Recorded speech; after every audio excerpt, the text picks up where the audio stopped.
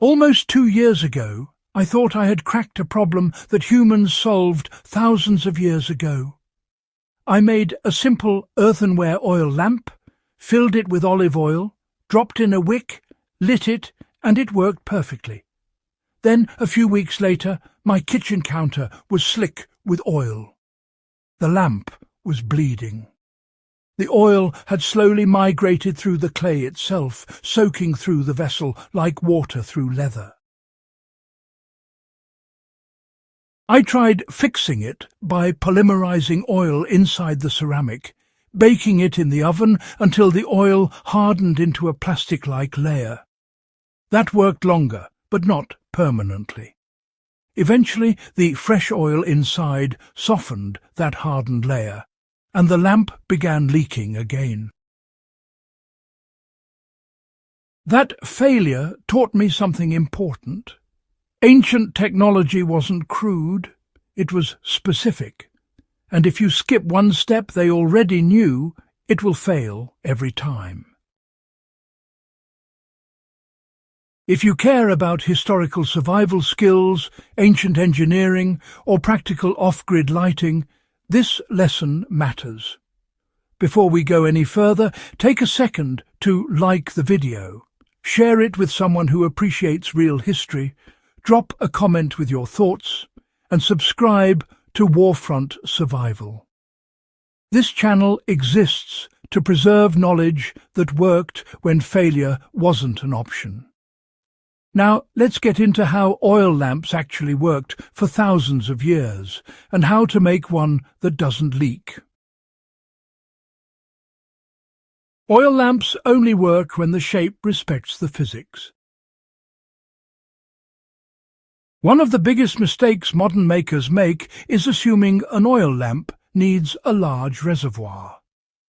Ancient Roman and Greek lamps were flat, squat, and efficient.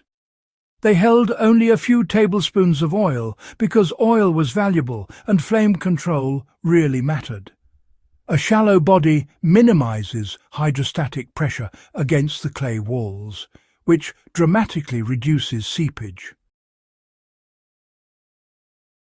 When you build tall, rounded reservoirs, you're actively fighting gravity. Flat lamps leak less because they were designed to. Earthenware was never meant to be waterproof by itself. Low-fire earthenware is porous by nature. That porosity isn't a flaw, it's a feature.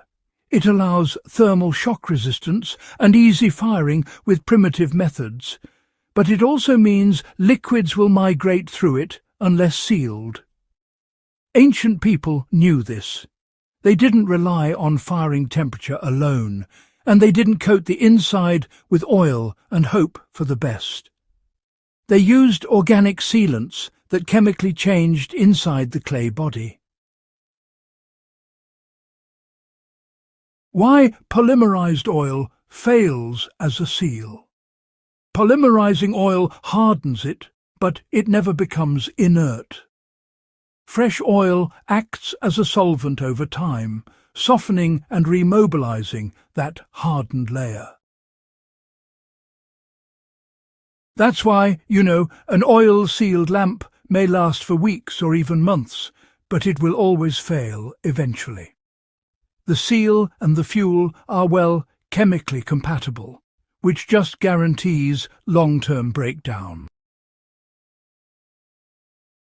Ancient solutions, interestingly enough, avoided that problem entirely. Milk sealing works because, quite simply, it changes the ceramic itself. It isn't folklore, and it certainly isn't just decorative. Milk contains proteins and sugars that actually penetrate the porous ceramic. When heated slowly, those compounds denature, bond to the clay matrix, and carbonize right inside the pores. This doesn't create a surface coating, not at all. Instead, it alters the internal structure of the vessel. Once properly sealed, oil no longer migrates through the walls because the pathways themselves are blocked. Timing and temperature matter more than the milk. The lamp must still be warm when the milk is introduced.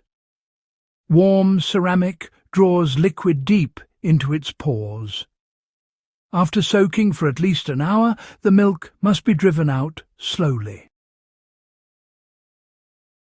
If you rush the heating process, steam pressure will crack the lamp. So, the correct method is really a long low-temperature dry below boiling, followed by a higher heat phase that, well, carbonizes the milk residue. This step, you see, locks the seal in place permanently. Milk spills, they permanently stain the surface. Anywhere milk touches the exterior will darken during firing. It's just, unavoidable. If appearance matters, then use a funnel and wipe immediately. But remember, ancient lamps were tools, not decorations. Many archaeological examples show staining and discoloration because, function came first. If your lamp works, then it's historically accurate.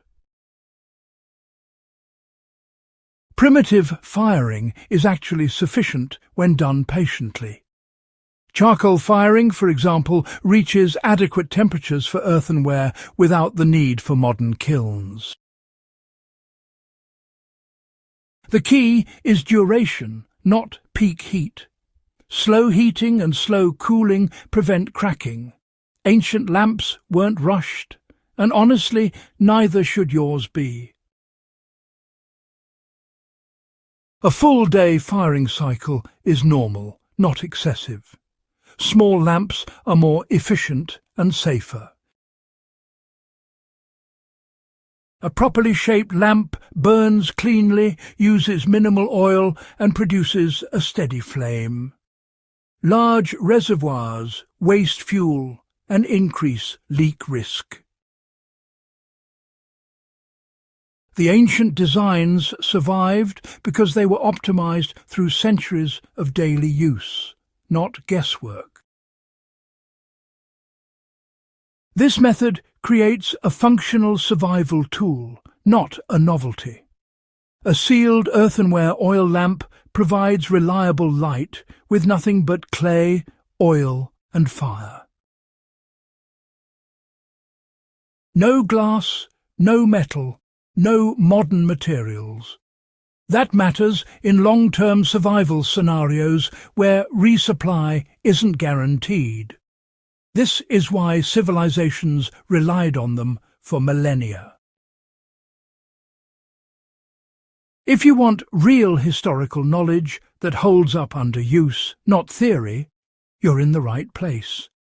Subscribe to WARFRONT Survival, share this video with someone who values real skills, and stay tuned. Ancient technology worked because it had to.